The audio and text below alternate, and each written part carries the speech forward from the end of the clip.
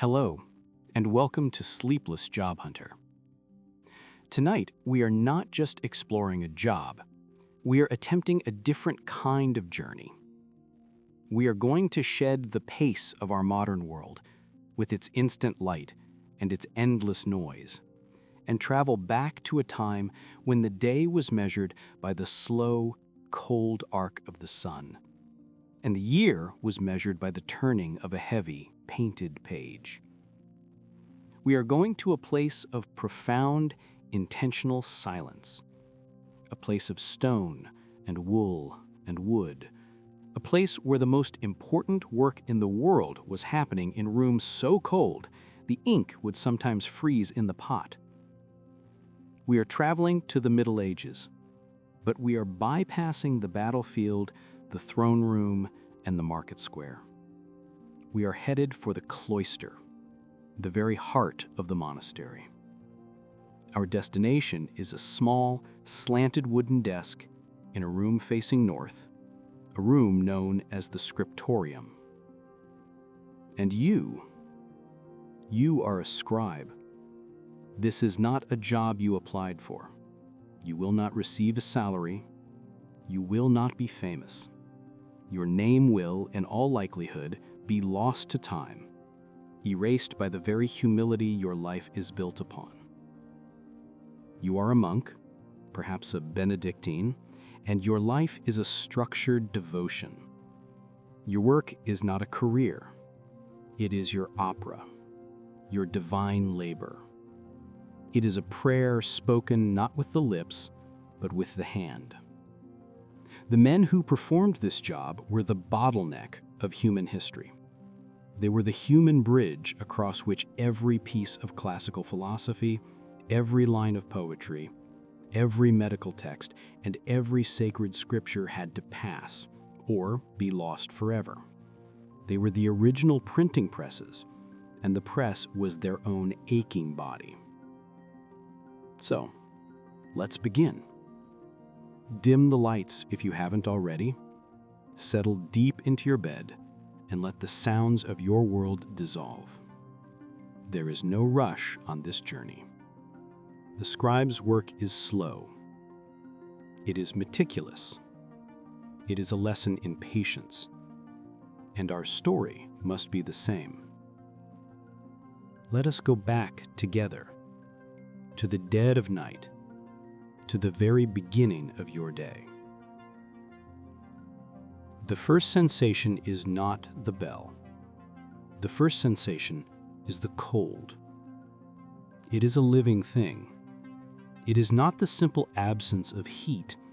It is an active presence. It is a heavy blanket of cold that has seeped into the thick stone walls of the dormitory, into the wooden beams of the ceiling, and into the straw of your thin mattress. It is the year of our Lord 1275. It is the middle of January, and you are in a monastery in the north of England.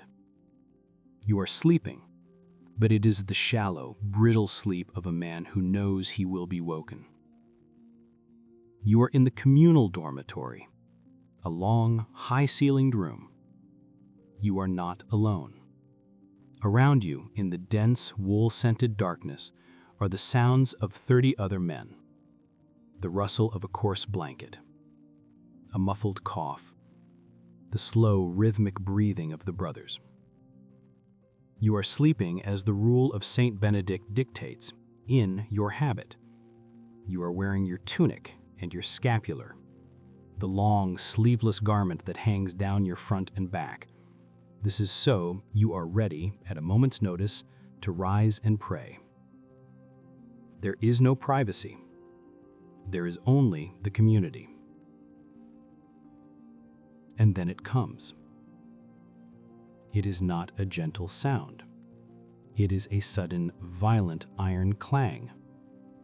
It is the voice of the great monastery bell struck by the Sigminarius, the brother whose job it is to keep the time and wake the house.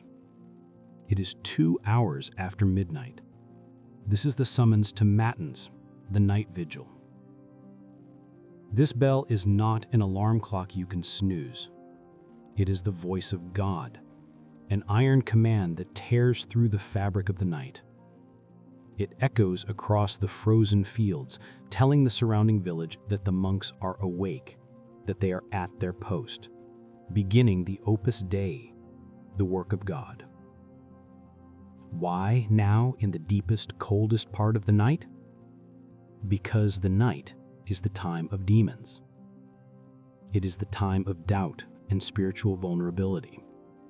And so, your prayer is a battle. You are a soldier of Christ, and this is your watch. Around you, the dormitory rustles to life. You hear the groaning of wooden pallets, the soft, shuffling sound of leather slippers on the freezing stone floor. No one speaks. Not a single word. The great silence, which began last night after the final prayer of Compline, is still in force. You swing your legs over the side of the bed. The stone floor bites at the soles of your feet with a pain that is so sharp, it's a kind of clarity. It cuts through the fog of sleep instantly. You stand, your joints cracking in the cold. You are 42 years old, and your body is already old. Your back, from your long days at the desk, is a constant, dull fire. Your fingers are stiff. You pull your heavy wool cowl, the hooded outer garment, over your head. You are now just a dark, anonymous shape, like all the others. You file out of the dormitory, in a silent, single line. You move through the cloister. This is the covered walkway that frames the garth, the central open-air garden.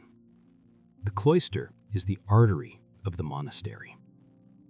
Tonight, it is a tunnel of profound blackness. The air here is even colder than in the dormitory. Sharp and clean in your lungs, you can smell the frozen herbs in the garden, the ghosts of rosemary and thyme. Above, through the arches, the sky is a spray of impossibly bright, cold stars.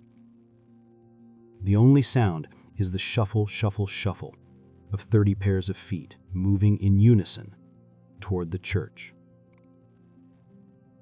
You enter the church. The scale of it in the darkness is overwhelming.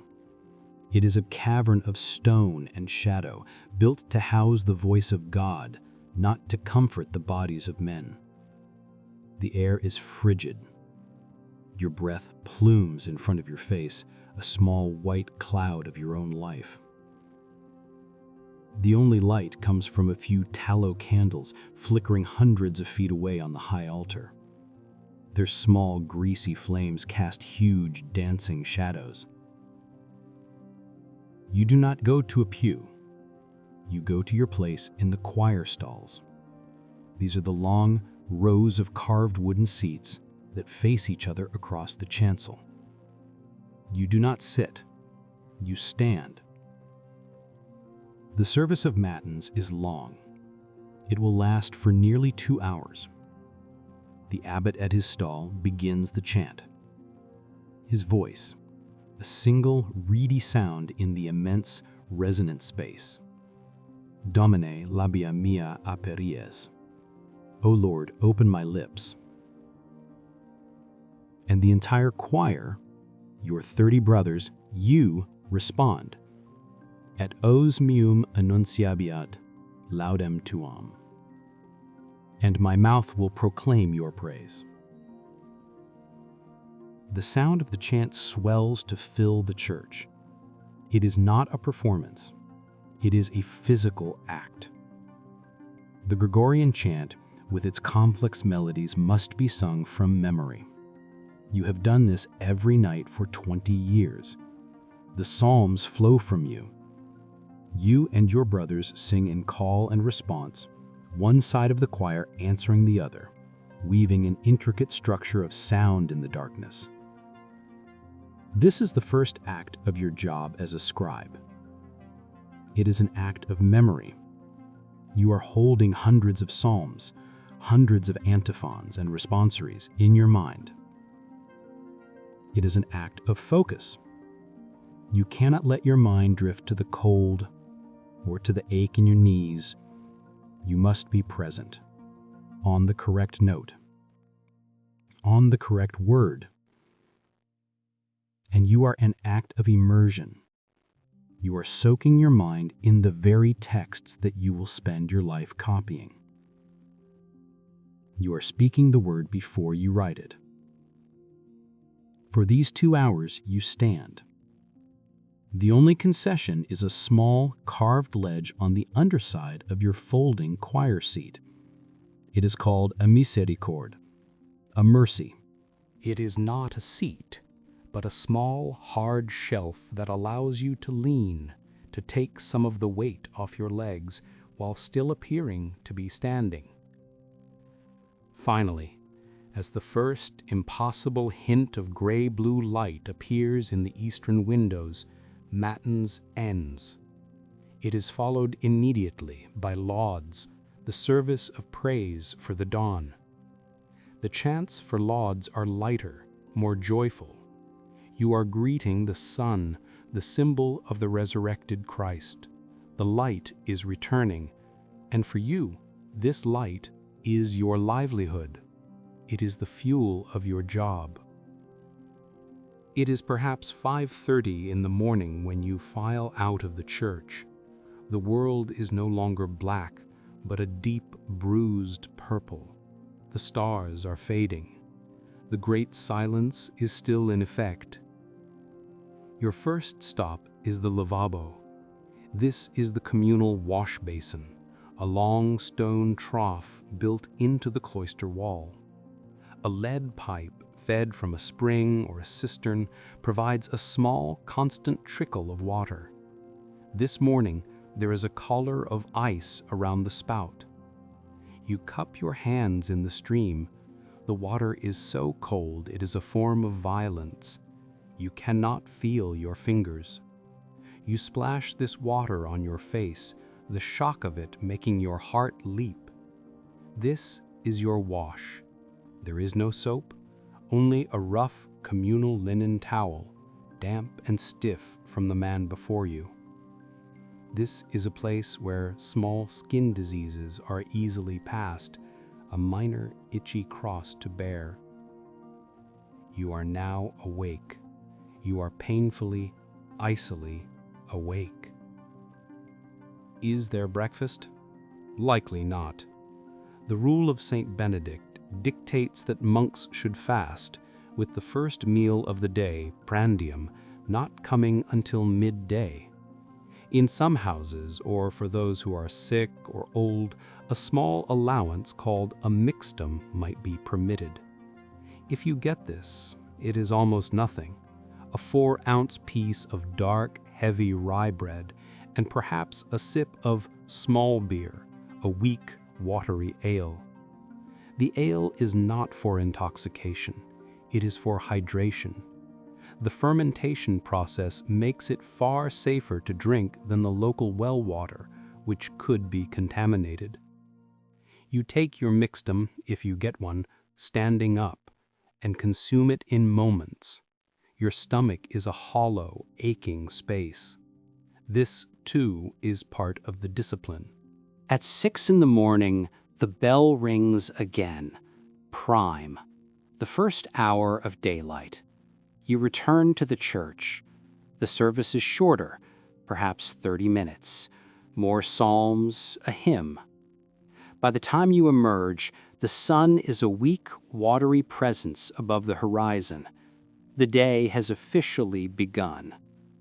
Now, the great silence is lifted. You proceed, with your brothers, to the chapter house. This is the monastery's meeting room. You sit on stone benches that line the walls. The abbot sits on a carved wooden throne at one end. This is the morning check-in. The abbot, or a chosen reader, recites a chapter from the Rule of Saint Benedict, the book that governs every moment of your life. This reading is the capitulum, which gives the room its name. Then the business of the day. The abbot discusses the monastery's affairs. A tenant farmer is late on his rent, a roof on the granary needs repair. Perhaps a brother is accused of a fault, of falling asleep during matins, or of speaking during the great silence. He will be asked to confess his fault publicly and will be given a penance. You sit, eyes downcast, hoping you are not called. And then the part that matters to you. The abbot, or the armarius, formally assigns the opera, the day's labors. Most of your brothers are not scribes. They will go to the fields, to the bakery, to the infirmary, to the forge. But you are a scriptor. Your work is known. You look to the armarius. He is the man who is, in effect, your boss. He is the librarian, the keeper of the books, the master of the scriptorium, and the man who directs the liturgy. He is one of the most powerful officers in the monastery. He catches your eye and nods. Your task is waiting. After the meeting, you go to him. He unlocks the armarium, the large, secure cupboard built into the stone wall of the cloister. This is the library. It is not a grand open room, but a fortified chest. These books are the monastery's greatest treasure. They are worth more than gold. They are the collected wisdom of humanity and the Word of God. He hands you 2 items. The first is your exemplar. This is the master copy, the book you are copying from. It is a copy of the Pastoral Care by Pope Gregory the Great. It is an old book, its cover made of thick wooden boards covered in worn pigskin. The second is your codex. This is the book you are creating. It is not yet a book at all. It is a stack of quires, groups of folded parchment sheets nested together, but not yet sewn or bound. Brother Thomas, the armarius says, his voice a low rumble, this is for the bishop. It must be clean. Your textura was straying in the last quire. Watch your minims. He is telling you your handwriting, your script, was getting sloppy.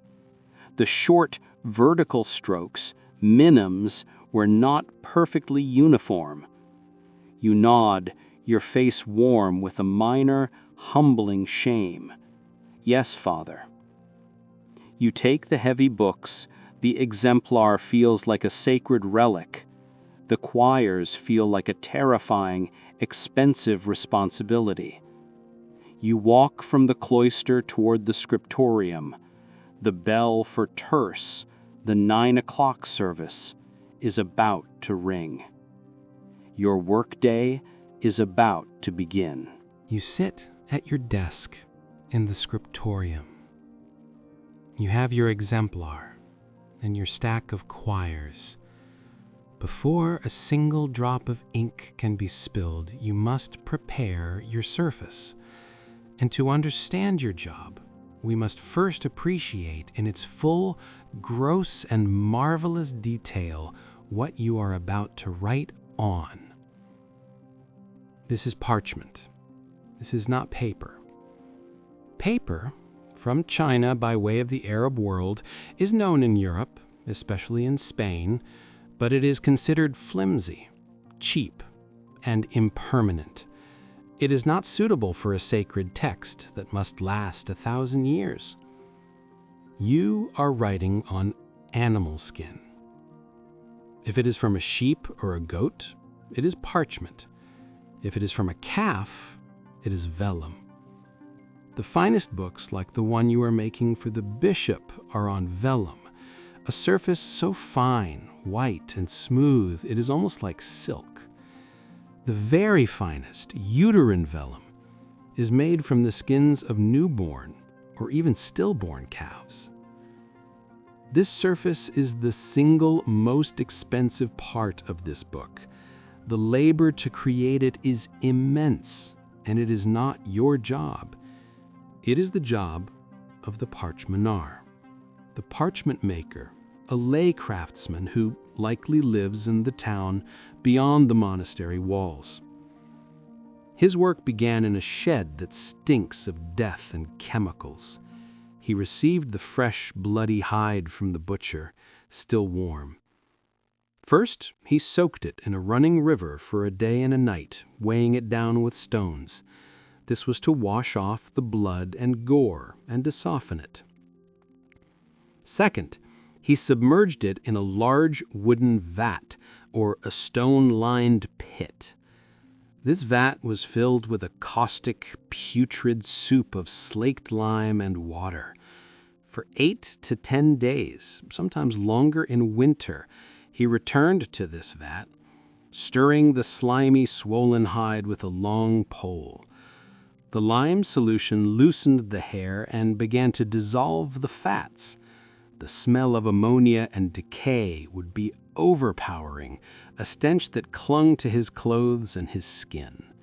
Third, when the hide was ready, he pulled the dripping, stinking, slippery mass from the bath. He draped it over a curved, sloping wooden bench called a beaming horse. He took a long, blunt, two-handled knife and scudded it. He pushed the knife down the hide, and the hair, the epidermis, all the filth sloughed off in wet, stinking clumps. He then turned it over and scraped the flesh side, removing the last remnants of membrane and fat. It was grueling physical work. Fourth, and this is the most critical step, he stretched it. He did not tan it like a leather maker, he stretched it. He attached the edges of the hide with small, round pebbles and twisted leather cords to a large, upright wooden frame called a hearse. He cranked the pegs on this frame, pulling the hide taut in all directions, as tight as a drumhead.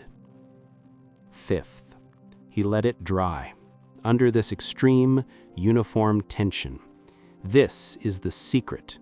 Drying under tension is what realigns the skin's fibers, transforming it from a material that would become supple leather into one that becomes stiff, thin, opaque parchment. This is the fundamental difference. As it dried, he returned to it again and again. He tightened the pegs as the hide shrank and fought against the frame, and he scraped it. He took a special, crescent-shaped knife called a lunellum. With this, he shaved the hide.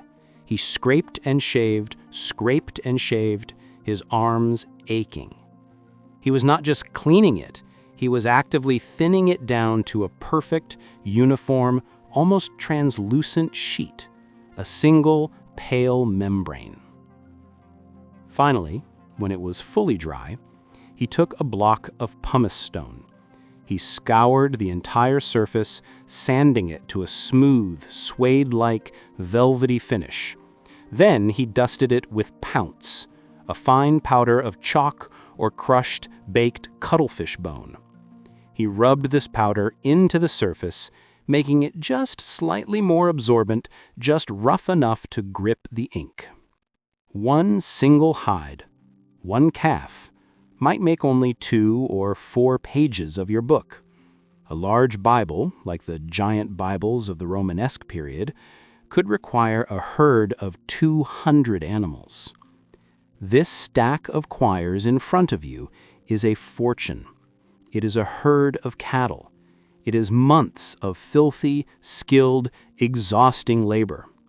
And your job, Brother Thomas, is to not, under any circumstances, ruin it. You handle it with reverence. You select your first bifolium, the large folded sheet that will form 2 leaves or 4 pages. You can feel the difference between the hair side, the outer side of the skin, slightly yellower, rougher, where you can still sometimes see the pinpricks of the hair follicles, and the flesh side, the inner side, paler, smoother, softer. You must arrange your quires, your gatherings of pages, according to Gregory's rule. This rule dictates that when the book is opened, the two facing pages must be of the same type. Hair side must face hair side, and flesh side must face flesh side. This ensures a visual uniformity of color and texture throughout the entire book. You cannot be careless about this. The page is now ready for its final preparation. You have your surface. Now you need your tool. You open your wooden tool case. Inside are your treasures, the implements of your sacred craft. Your coltellus, or penknife. Your scalpelum, a smaller, sharper knife for corrections. Your pumice block, for smoothing. Your plummet, for ruling. And your quills. This is your pen. It is a feather. It is not just any feather. It is one of the 5 or 6 primary flight feathers from a large bird. The absolute best come from a goose, specifically a goose in its 2nd year, taken in the spring. A swan feather is even better, a luxury item that produces a strong, flexible nib for grand, sweeping script. For very fine, detailed lines, the kind of work the illuminator does, a crow or raven feather is used. But the goose is the workhorse of the scriptorium. Many scribes preferred the feathers from the left wing because the natural outward curve of the feather fits more comfortably into a right-handed scribe's grip as it moves across the page. The feather in your hand is not ready to be used.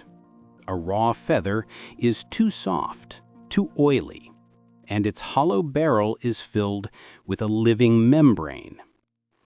You or the armarius cured this feather weeks ago. You took a bundle of them and stuck them into a pot of hot, fine sand, heated by the monastery's bread oven or a special hearth. This process, dutching or curing, hardens the keratin of the barrel, dries out the oils, and makes it brittle and much easier to cut into a sharp, durable nib. Now, at your desk, you must cut the pen. This is not a simple sharpening. It is a piece of minor surgery, a skill that takes years to master, and one you'll perform dozens of times a day. You take your coltellus, your penknife. This is your single most important tool. You will use it almost as much as your pen. First, you strip the barbs from the lower half of the feather so you can grip the barrel without the feathery bits getting in your way.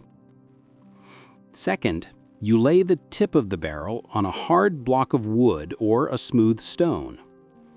With a single, confident, sloping diagonal cut, you slice off the varied tip, exposing the hollow interior. Third, you use the sharp point of your knife to clean out the dried papery membrane from inside the hollow barrel. Fourth, you make 2 smaller converging cuts on the sides, tapering the point into a basic nid. Fifth, and this is the most critical cut of all, you press the very tip of your knife into the exact center of the nib, and with steady pressure, create a slit. This slit must be perfectly centered and run perhaps a 1/4 inch up the nib. This slit is the ink reservoir. It's what holds the ink by capillary action and feeds it smoothly and evenly to the tip as you write. Without this slit, the pen would dump all its ink in one giant blob. Finally, you turn the feather over. Rest the nib on your block and make one final transverse cut across the very tip. This nibs the pen. The width of this final horizontal cut dictates the entire character of your script. For the dense, formal textura script you are writing, you need a broad, flat, slightly angled nib. This is what will create the characteristic thick vertical strokes and wafer-thin horizontal ones. If you were writing a rounder script, you would cut a more pointed nib.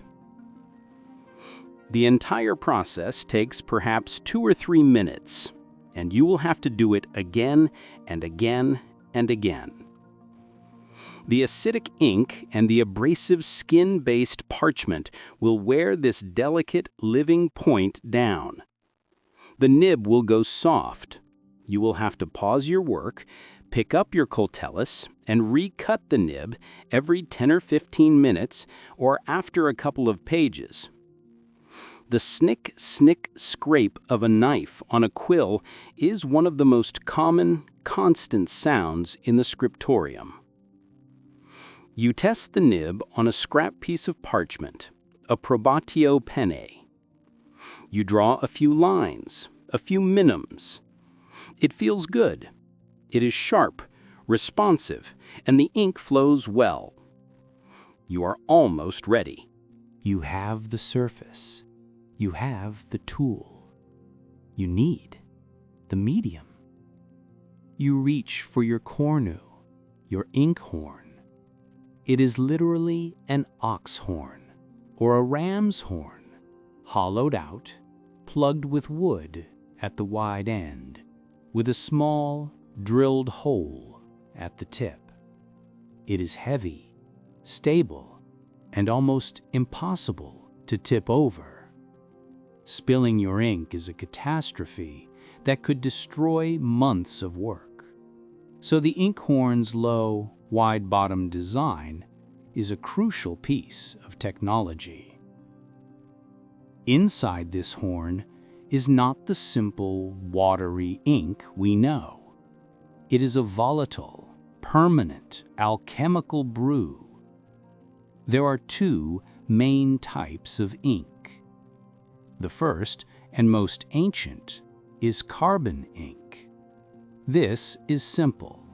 You take the soot from a lamp, the fine black powder of burnt wax, oil, or resin, and mix it with a binder, usually gum arabic, which is the hardened golden sap of an acacia tree, imported from the Middle East.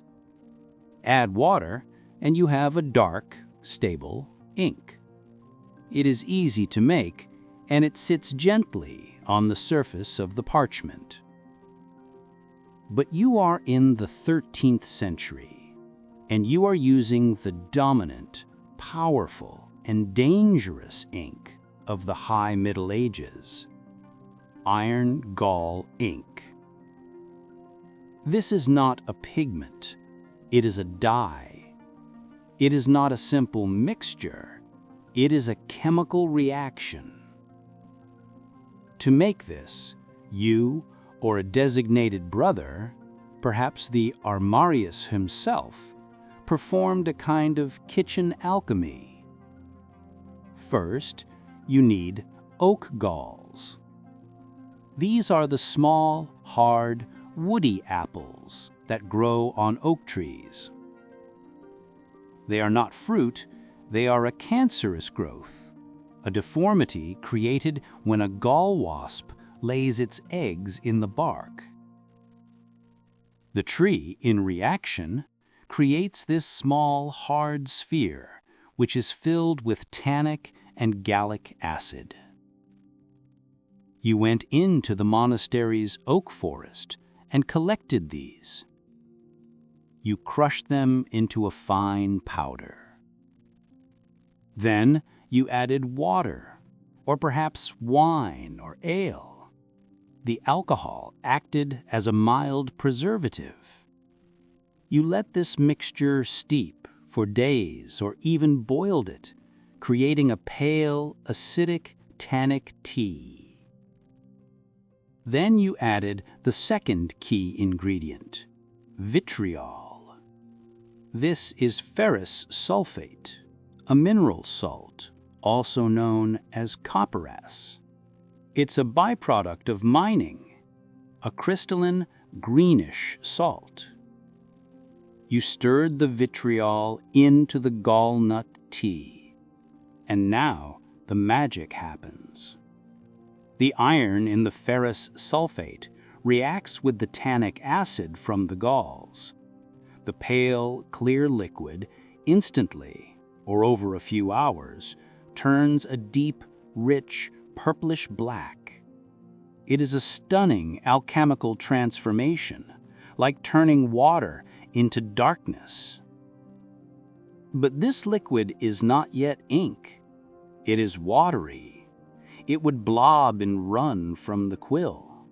You need a binder. So you add the gum arabic. The sticky, dissolved sap makes the ink more viscous, gives it body, and allows it to flow smoothly from the quill slit and adhere to the page. This ink is extraordinary, and it is dangerous. It is highly acidic. As you write, it doesn't just dry on the parchment, it bites into it. The acid literally burns itself into the skin, becoming a permanent part of the page forever. It cannot be erased, not easily. An attempt to scrape it off will take the entire surface of the parchment with it. This acidity is also what eats your tools. It corrodes the delicate keratin of your quills, which is why you must recut them so often. And, over centuries, this same acidity will continue its slow, relentless work. It will slowly, inexorably eat through the parchment itself, leaving a brown, fiery lace of letters, a ghost of the text. But the page itself will be destroyed. This is the tragic, beautiful paradox of iron gall ink.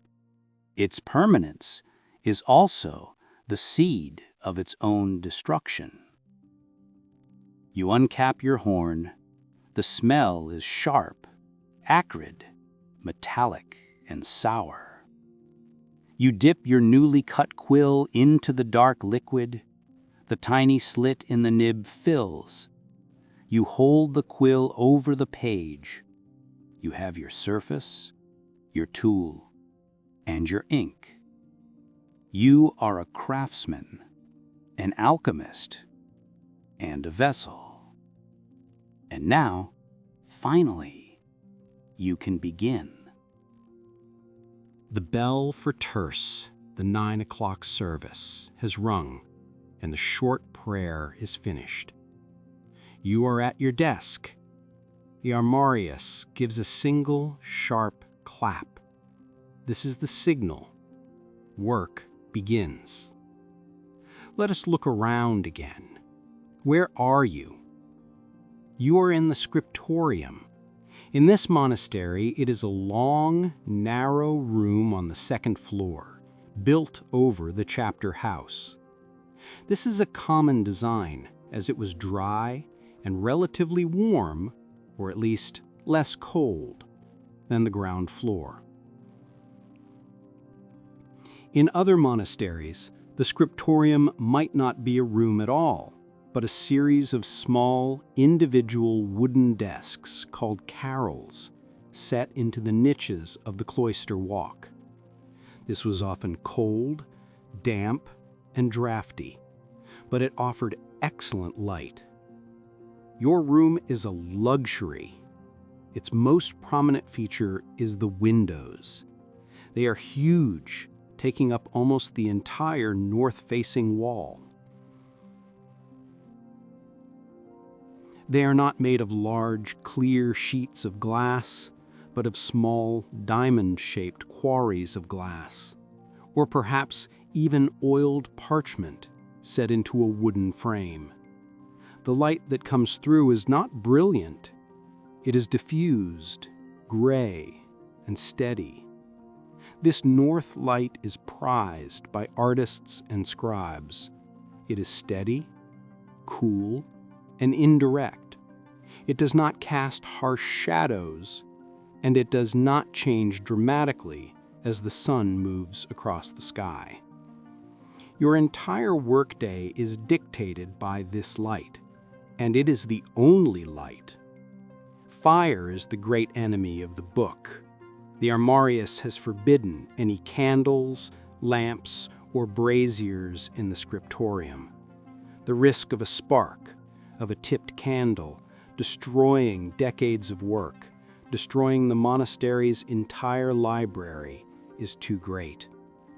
The memory of the great library at Alexandria or the fires at Monte Cassino is a constant, ambient terror. So you work in the cold. You are wearing your thickest wool habit, your cowl, and perhaps even fur-lined boots. In the depths of winter, you might be allowed a padal, a small heated stone or tile to rest your feet on, warmed from the monastery's bread oven. But your hands are exposed. Your fingers, gripping the quill, are blue. You must frequently stop, tuck your hands into your armpits, and blow on your fingers to keep them nimble enough to write. This, too, is part of the job. Your desk is a scriptor. It is not flat. It is a tall, wooden desk with a sharply slanted top, perhaps at a 45-degree angle.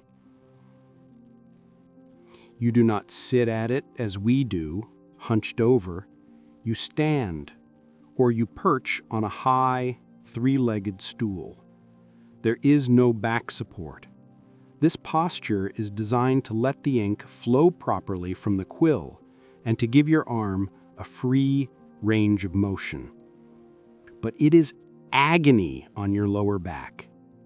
The room is filled with other monks, perhaps a dozen of you, each at his own desk, each in his own world of concentration. And the overwhelming sensation in this room, now that the work has begun, is silence. The rule of Saint Benedict dictates silence in the cloister, the refectory, and the dormitory. In the scriptorium, it is the most absolute rule of all. This is the Domus Silentii, the house of silence. Not a single word is spoken here. The silence is not empty. It is filled with the small, sacred sounds of the job. The scratch, scratch, scratch of a dozen quills moving across parchment. It is not a quiet sound. The vellum is tough and the nib is sharp. It is a dry, rustic, rhythmic scratching. You hear the hiss of a pumice stone as a brother prepares a new page. The sharp, sudden snick of a penknife recutting a nib. A muffled cough. The thud of a large wood-bound book being closed. The distant booming echo of the bell calling another hour. But what if you need something? What if you run out of ink? What if you notice a mistake in your exemplar? You cannot speak. You must use the lingua menuum, the monastic sign language. This is a complex, formal language of gestures with a vocabulary of hundreds of signs. If you need a book, You mimic the motion of turning a page with your hand. If you need a missal, a service book, you add the sign of the cross to the book-turning sign. If you need a psalter, you make the sign for a book and then place your hand on your head in the shape of a crown for King David. If you need a pagan text, a forbidden copy of Ovid or Virgil kept for rhetorical study, you make the sign for a book and then you scratch your ear with your finger, like a dog, an infidel dog. If you need the armarius, the librarian, you might flutter your fingers like the wings of a moth, a keeper of the cloths, which books were often wrapped in. If you need ink, you make the motion of dipping the quill. If you spot a mistake in the exemplar you are copying, you might hold your hand up, palm out, and look toward the armarius until he sees you, and then point to the offending word. This silence is not a punishment. It is a tool. It is the sterile field for your surgical work. It sharpens the mind, eliminates all distraction, and turns the scriptorium into a shared, focused, meditative space. You look down at your blank, ruled page. You open the exemplar beside you. You dip your quill. The workday has truly begun. The first thing you do is not write. You rule. Your page of parchment is blank. You must create the framework, the invisible architecture to hold the text. You take your exemplar and you see that it is written in a single wide column with 30 lines per page. You must replicate this exactly. You take a pricker, a small sharp awl, and a ruler. Down the 4 margins of your page, you prick tiny, almost invisible holes at precise, measured intervals. These will be your guidelines. Then, you take your ruler and a plummet, which is not a pen but a stylus of soft lead. It is in effect the world's first pencil. You lay the ruler across the page, aligning it with the prick holes, and you draw a faint gray line. You do this again and again. 30 horizontal lines for the text and 2 vertical lines to define the bounding box of the column. In earlier centuries, you might have used a dry point stylus, which would have left a furrow in the parchment. But this 13th century method with the plummet is cleaner, though you must be careful not to smudge the soft lead with your hand. This process alone, the mise en page, or layout, can take an hour. It is meticulous, mathematical, and cannot be rushed. The justification, making the text block perfectly rectangular, depends on it. Your faint leaden grid is the skeleton that your ink will soon bring to life. Now you write. You open the exemplar to the chapter you are copying, Pastoral Care by Pope Gregory the Great. It is a foundational text, a manual for bishops on how to care for their flock. You read the first line, Sacerdotis officium est. The duty of the priest is. You are not composing. You are not thinking about the meaning of the words, though you know them well. You are copying. Your brain must shift from a reading brain to a copying brain. You are looking at a shape, sacerdotis, and you are reproducing that shape. This is the process. Lectio. You read the phrase from the exemplar. Meditatio. You hold that phrase, that string of shapes in your short-term memory. Scriptio. You execute those shapes onto your parchment. You dip your quill. You hold it at a precise 45-degree angle. Your hand is stiff. The script is textura quadrata. It is the dominant Gothic script of your time. It is tall, angular, and dense.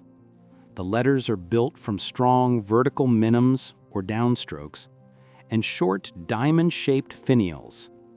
It is designed to be formal, impressive, and economical, packing the most text onto this expensive parchment. It is also incredibly laborious to write. Your 3 fingers, the tres digiti, are your only tools. Your arm does not move. Your wrist does not move. You form the letters with just your fingers. Scrape, a vertical downstroke, lift, scrape, another, tick, a small horizontal. Your hand moves across the page, leaving a trail of glistening dark black ink. The ink, when wet, is a purplish black. It will oxidize over the next few hours and days, turning a deep, rich, permanent black. You must be careful. The ink takes time to dry. You cannot let your sleeve or the side of your hand smudge it. Some scribes use a manicula, a small slip of wood, to rest their writing hand on, keeping it off the page. You finish the line. You must now justify it. The exemplar has a perfectly straight right margin. Your line of writing might be a few letters short. You cannot just leave a gap. You must fill it. You use line fillers, small decorative red and blue bars or swirls to pad out the line to the margin. Or you use abbreviations. The medieval page is full of abbreviations. A line over a letter, a titulus, means a missing M or N. A P with a crossbar on its stem is per. An ampersand, and, is 8. A Q with a dot over it is qui. This specialized shorthand is essential to your job. It saves you time, but more importantly, it saves the monastery parchment. You finish the line, read the next line from the exemplar, hold it in your head, and write it. Scrape, scrape, scrape. Dip, scrape. Wipe the nib on a rag. Scrape. This is your rhythm. For 3 hours, you do this, without stopping. Your hand begins to cramp, the scribe's claw. Your 3 fingers are locked in a vice grip. Your hand feels like it is full of hot coals. Your back, bent at this awkward, unsupported angle, begins to send sharp, hot pains up your spine. Your shoulders are a knot of fire. Your eyes staring intently at the page, moving back and forth from the exemplar to your copy, begin to burn. The dim gray light is a strain. You blink, and the lines momentarily blur. The cold seeps into your fingers, making them stiff and disobedient. And your mind must not drift. This is the great danger, mental fatigue. You are copying a text in Latin, a language you know well. It is easy to start thinking about the words, and when you do, you make a mistake. The most dreaded mistake is sault de même au même, a leap from the same to the same. You are copying a passage. The line you just wrote ends in the word dominus. You look up to your exemplar for the next line, and your eye accidentally finds the next line that ends in dominus, 3 lines down. You have just skipped an entire passage. You freeze. You have done it. You have missed 2 full lines. You cannot erase. The iron gall ink is burned into the page. You have 2 choices. The first is to take your scalpellum, your penknife, and, with the most painful surgical delicacy, scrape the surface of the parchment. You are literally skinning the page, scraping away the top layer of animal hide until the black letters are gone. It leaves a rough, scarred, and obvious patch. You must then rub it with pumice and chalk to try and make it writable again. It will never look right. The armorius will see it. He will be furious. You choose the second option. You sigh, a small puff of white air. The armorius glances at you from across the room. He raises an eyebrow. You look down, ashamed. You dip your quill. You read the next line. You begin again. Scrape, scrape, scrape. The work is hypnotic. The sounds of the room, the smell of the ink, the pain in your back, it all fades into a dull background hum. There is only the page. Then the bell. The great bell booms, signaling the 6th hour. Sext, midday. The sun is at its highest point. The light in the scriptorium is as bright as it will ever be. And yet the bell commands. The opus Dei, the work of God, always comes before the opera manuum, the work of hands. The armorius claps. Quills are wiped. Inkhorns are capped. Books are closed. Silently, the dozen monks rise and file out of the scriptorium. Your backs crackle. You stand, stretching your shoulders, your spine feeling like a column of rust. You file back to the cloister, back to the church. The service of sext is short. 15, perhaps 20 minutes. More psalms, a hymn, a prayer. It is a spiritual reset, a moment to lift your eyes from the page and remember why you are doing this. The words you are copying are not just text, they are divine. Your work is not a job, it is an act of worship. After the service, you do not return to your desk. The bell for refectio or prandium rings. You proceed to the refectory, the dining hall. It is a long, tall room, much like the church with high windows. You file in and stand at your place at a long wooden table. The abbot enters and you all bow. He rings a small bell and you say grace. Then you sit, and the meal begins in total silence. This is the main meal of the day. The rule of Saint Benedict is strict. Flesh of four-footed animals shall not be eaten by anyone except the sick. So there is no beef, no pork, no lamb. Instead, a lay brother or a monk assigned to kitchen duty brings you a wooden bowl of pottage. This is a thick, gloopy stew of boiled vegetables, peas, onions, garlic, turnips, and grains like barley. It is hot, and it is filling. With it, you receive a large manchat of dark, heavy bread, and a tankard of weak ale. Because it is not a fast day, you might also get a pitavia, a second dish. This could be eggs, poached and served alongside the pottage. It might be cheese from the monastery's own dairy, or if the monastery is near a river or has a fish pond, you might receive a piece of fish, perch or pike or herring.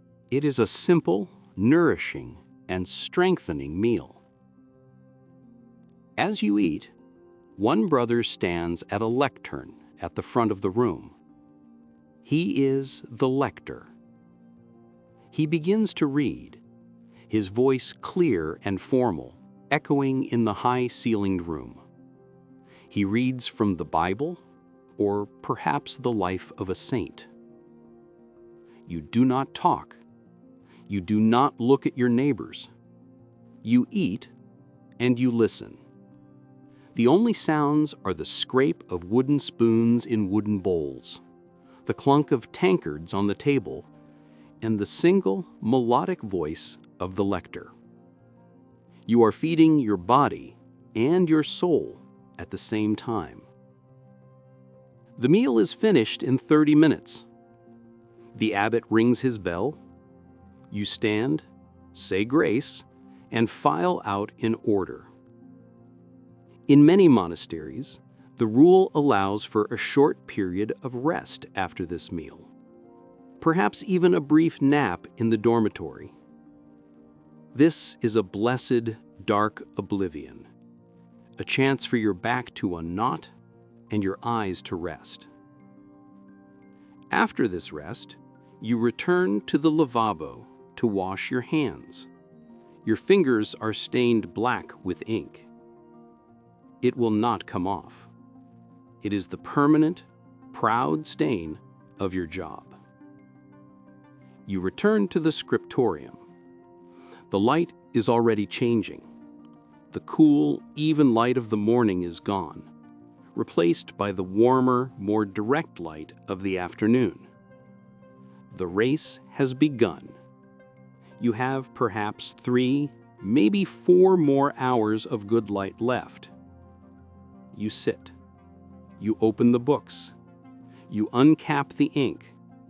You pick up your quill. Scrape, scrape, scrape. The afternoon rhythm is different. It is more urgent. The post-meal sleepiness pulls at your eyelids. You fight it. You focus. The bell rings again. 3 p.m. The service of none. You stop. You go to the church. You chant the psalms. You return. You are racing the sun. Your job, Brother Thomas, is that of the scriptor. You are the copyist, the textual laborer. Your world is the black ink. But you are not the only one working on this psalter. As you finish a quire, a set of 8 or 16 pages, you do not send it straight to the binder. It first goes to another specialist. It goes to the rubricator. You have left spaces in your text. You have left spaces for the headings, the first letter of each psalm, and any special instructions. It is the rubricator's job to fill these. His desk is nearby. He is not using black ink. He is using red. This red ink is where we get the word rubric, from the Latin rubrica, meaning red ochre. His ink might be made from red lead, a pigment called minium, which is also where we get the word miniature, not from the size of the paintings, but from this red pigment used to outline them.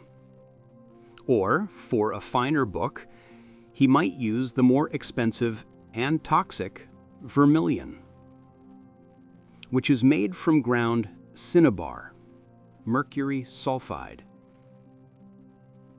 His job is to make the text navigable.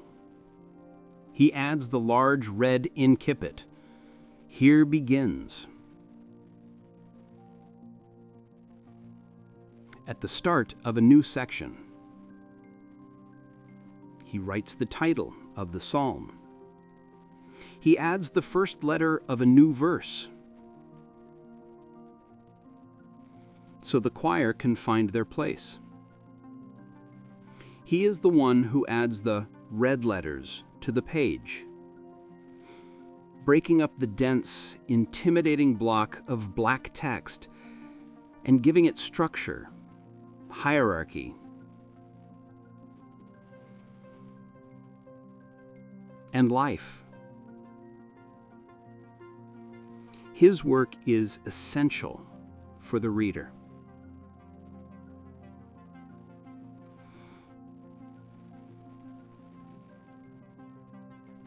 After the rubricator is finished, the choir moves to the most celebrated craftsman in the scriptorium.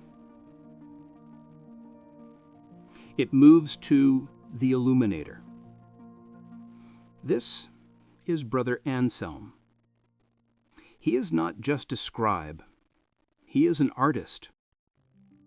His work is what makes this book not just a text, a tool, but a treasure, an object of profound and divine beauty.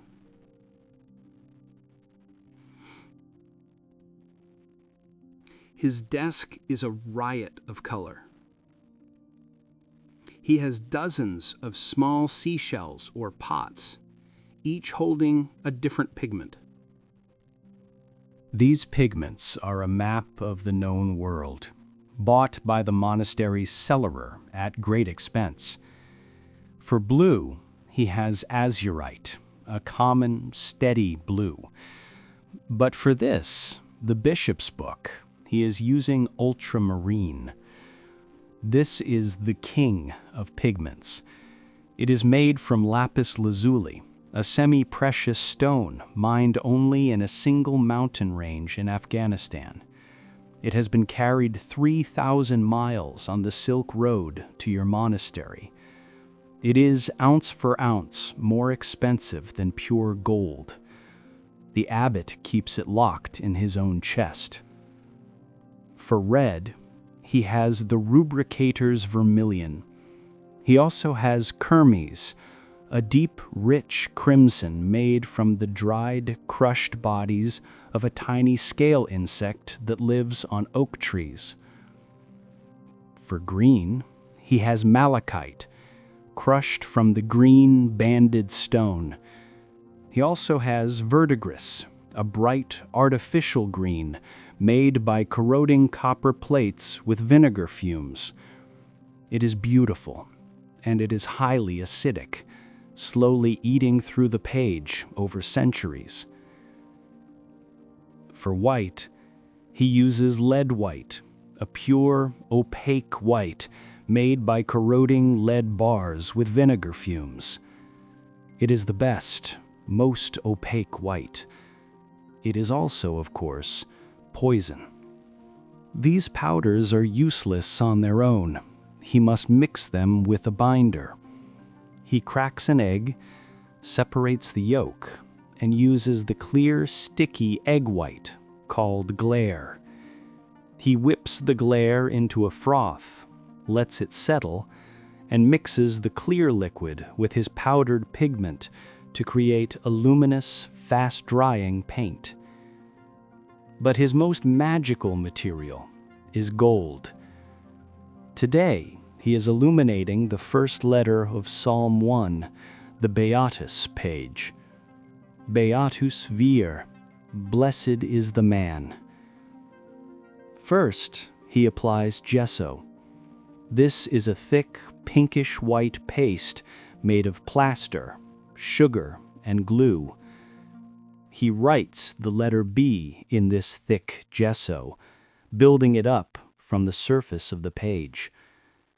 He lets it dry. Then he breathes on it. His moist breath makes the gesso slightly tacky.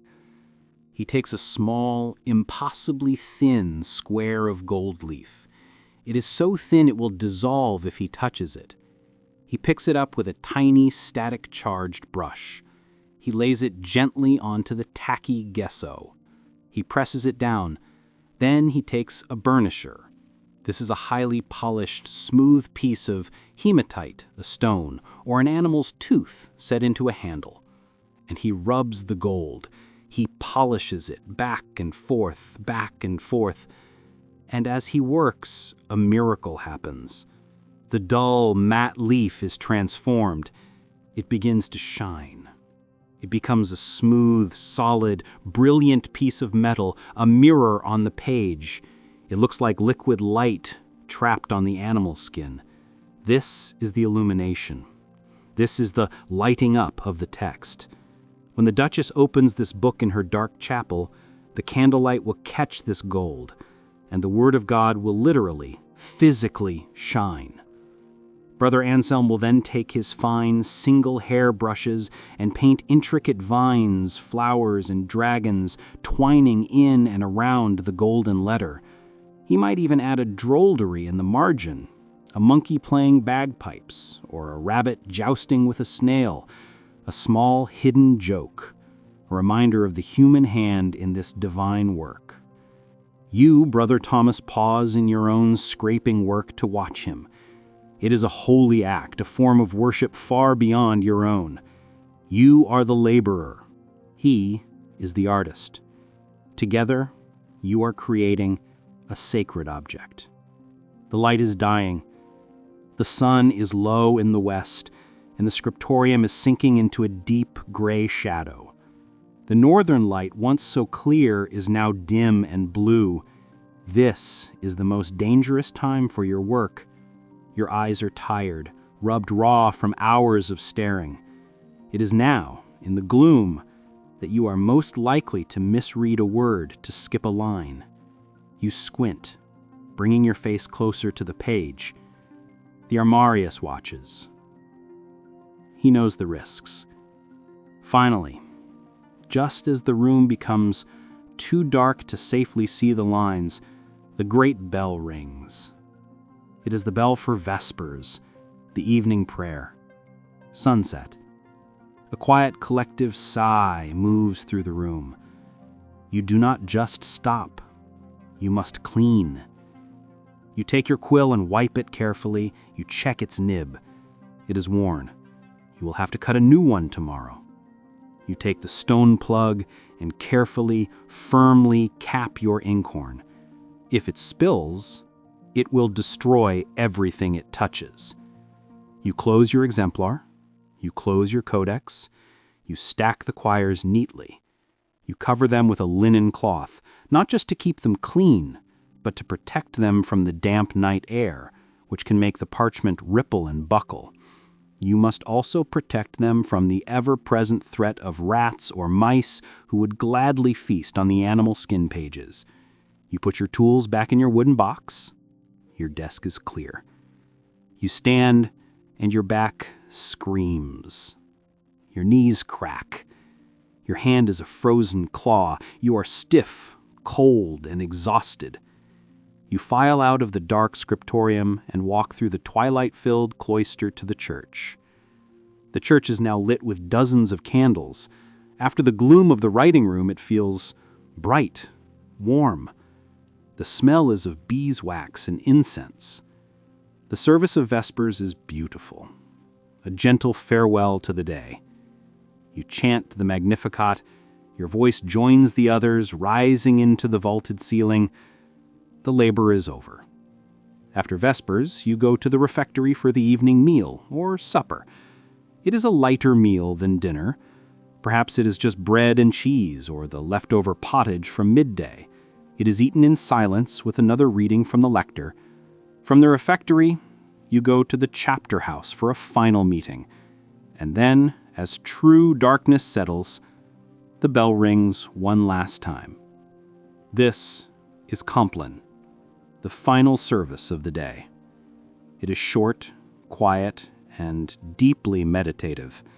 It is a service of completion, of asking for protection through the night. The chants are soft, hypnotic. You are all exhausted. At the end of Compline, the abbot blesses the monastery, and the great silence begins. No one will speak a single word until the chapter meeting tomorrow morning after prime. You walk in the dark, silent procession back to the dormitory. The moon is rising. The cloister garth is filled with silver light and black shadows. You reach your pallet. You do not undress, you simply lie down on the straw, pull the heavy wool blanket over you, and close your eyes. Your body is a constellation of aches. Your hand is throbbing. Your back is a dull fire. Your eyes are burning. This was your job. You think of the page you finished. You think of the mistake you made in the margin. You think of the glimmer of Brother Anselm's gold. Scribes like you often left small, secret messages at the end of the books they copied, hidden in the final pages, the colophon. They are messages of pain and of pride. Writing is hard, one of your contemporaries wrote. It bends the back, dims the eyes, and breaks the stomach and the ribs.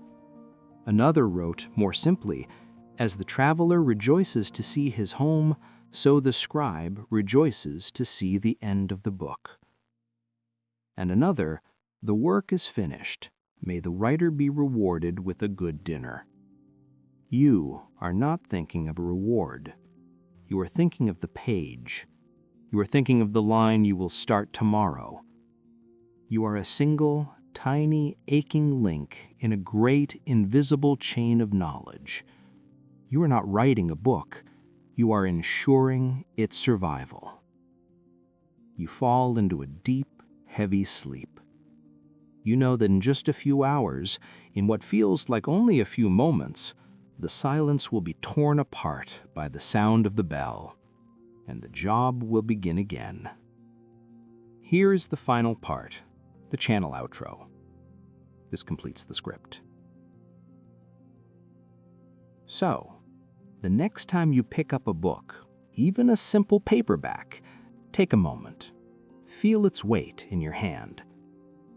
What you are holding is a descendant of that incredible monastic labor. The words inside it, the very shape of the letters, the idea of a page itself, it all exists because someone like Brother Thomas sat in the cold, in the silence, and raced the sun, one painful, perfect letter at a time. They didn't just preserve knowledge, they held the line. They were the sleepless hunters who, in the darkness of their age, kept the light alive. Thank you for joining us on this journey at Sleepless Job Hunter.